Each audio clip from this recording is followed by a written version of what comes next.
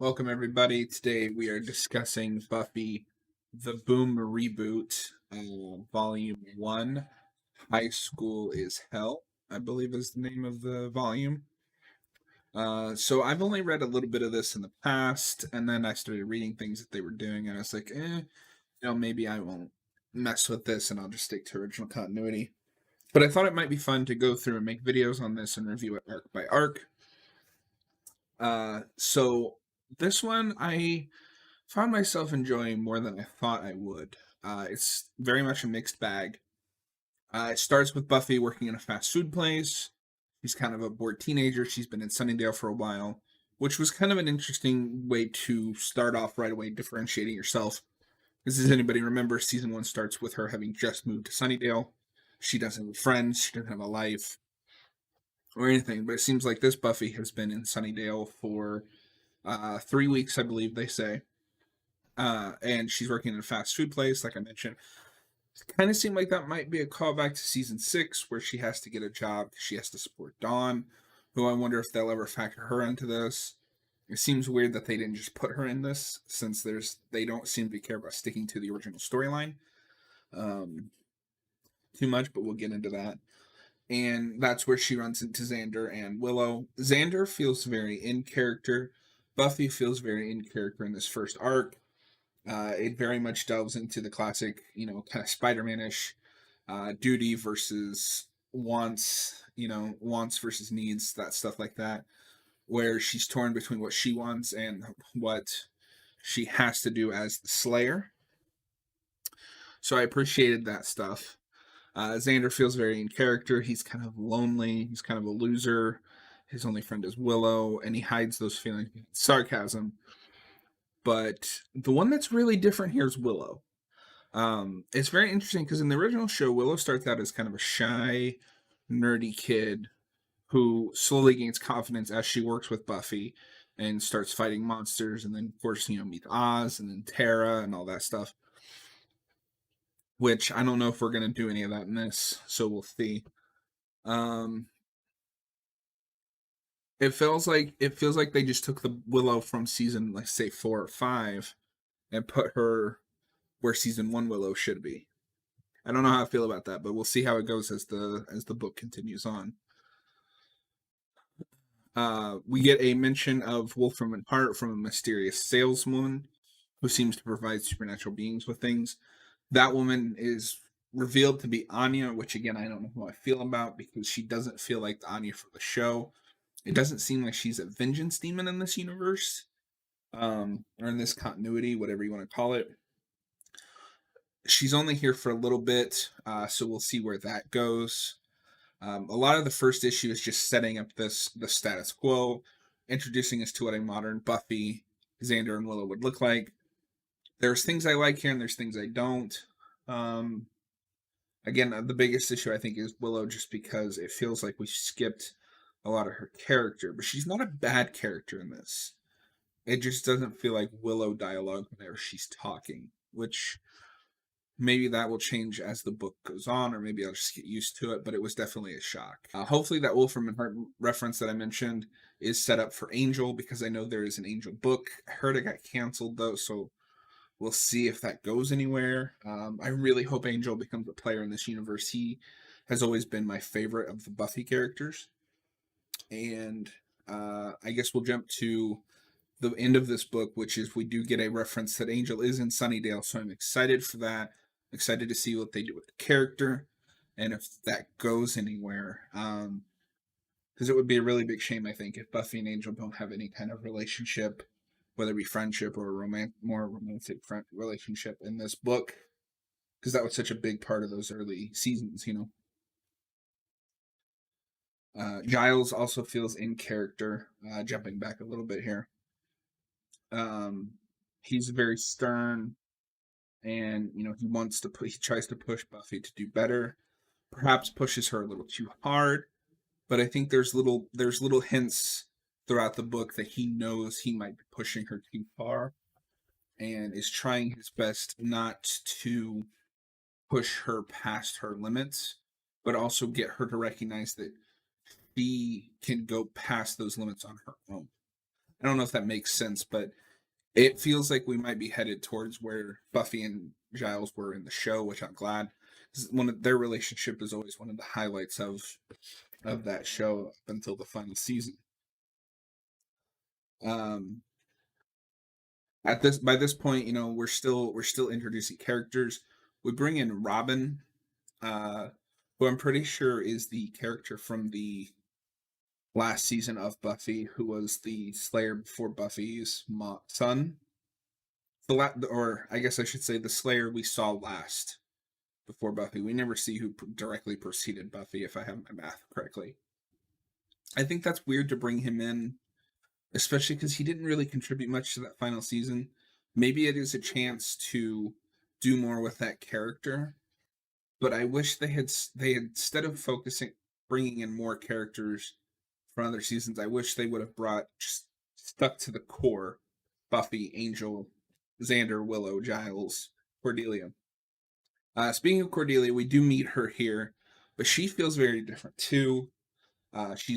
She's nice to everyone, and at first it was like, oh, maybe that's just like a face she's putting on, but underneath she's really the Cordelia that we know. A little bit of vain, self-centered, but with the capacity to grow above beyond that eventually. But it really does seem like she's just nice, popular cliche. Um, it does seem like she's not really going to be involved in this much, at least based on this first volume. She instantly is like, "You're gonna get somebody killed." To Buffy at the big fight towards the middle of the book, I'd say. It's hard to tell when you're reading digital. A weird thing with her where she hasn't kind of a friendship building with Spike of all people, and I don't know why he's in this book so early. I guess okay, I'm gonna disagree with myself there a little bit. I can kind of see the point in bringing him in because he was the first villain of the show that really made an impact. However, I think they should have held off. You could have brought the Master in and done something really cool with him and deepened that character. But it seems like they wanted to just take the easy way out and say, no, you know what? Here's Spike. You know Spike. You love Spike. Uh, he seems mostly in character so far. The and of course with Spike also comes Drusilla. I don't know how I feel about Drusilla. This is not the Drusilla from the show at all. She's very much sane and seems to be the one in charge between the two of them. So it's a very different dynamic, and maybe that could be interesting. So far, it's not that interesting. She just seems like generic like evil woman. However, we do meet Anya again, and there it gives a little more of the old Anya. She gets some like common phrases wrong, and then we unleash a giant bat creature who it turns out is working for the Slay, or is not working for, but is in the past has worked with Slayers, and so Buffy, I guess, or not Buffy, but Giles traps him in the crystal because it's not his time to come out. And so we've kind of set up Buffy to have this all powerful magical bat thing. I don't know how I feel about that. Um, Obviously, in the original show, for budget reasons, she didn't have anything crazy like that. But I kind of wish this comic had kept it lower key, like the show was, especially if you're going back to basics and doing a high school reboot. Um,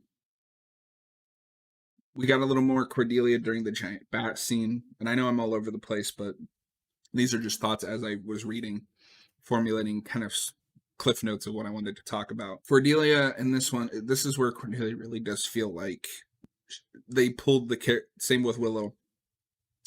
They pulled characterization from like season, let's say 3 of Angel, where she's fully on board fighting evil monsters. She just jumps in to help with the giant bat, ironically helping Spike, not realizing he's a bad guy. And then we get the scene where her telling, Buffy she doesn't want any part of this. You're going to get somebody killed, but maybe Buffy will. Obviously, in the Whedon universe, death could come for almost anyone. This isn't the Whedonverse, so we'll see what happens with Volume 2.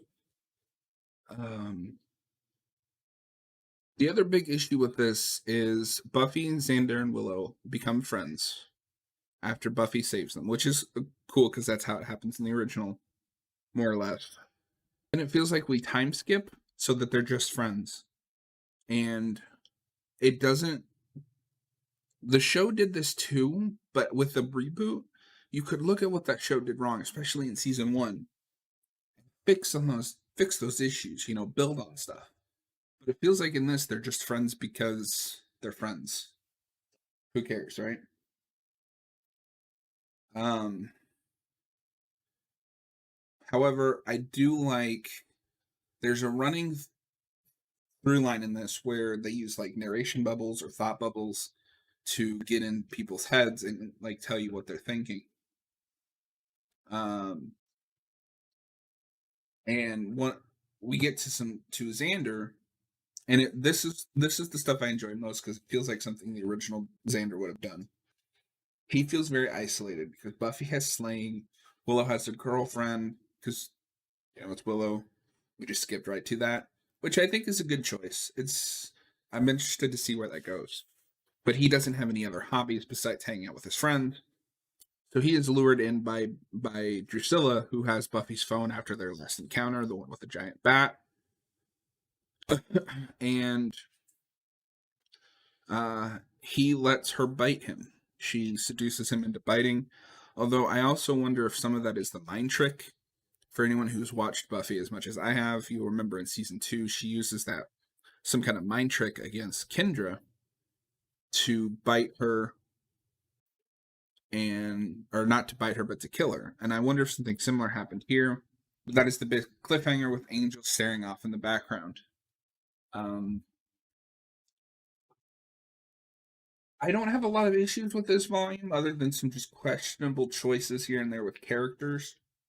But this is a strong start to a reboot, and I hope that they're able to keep the momentum going. But we will have to see. I don't have a lot of faith from some of the stuff that I've read, but I hope I'm wrong. I would really like to be. But overall, I would recommend checking out this first volume. But that answer may change depending on depending on the further we get. But not else a lot to say about this. A lot of this is set up. So yeah, my personal recommendation is check it out. We'll be back soon with another talk about Buffy. The boom.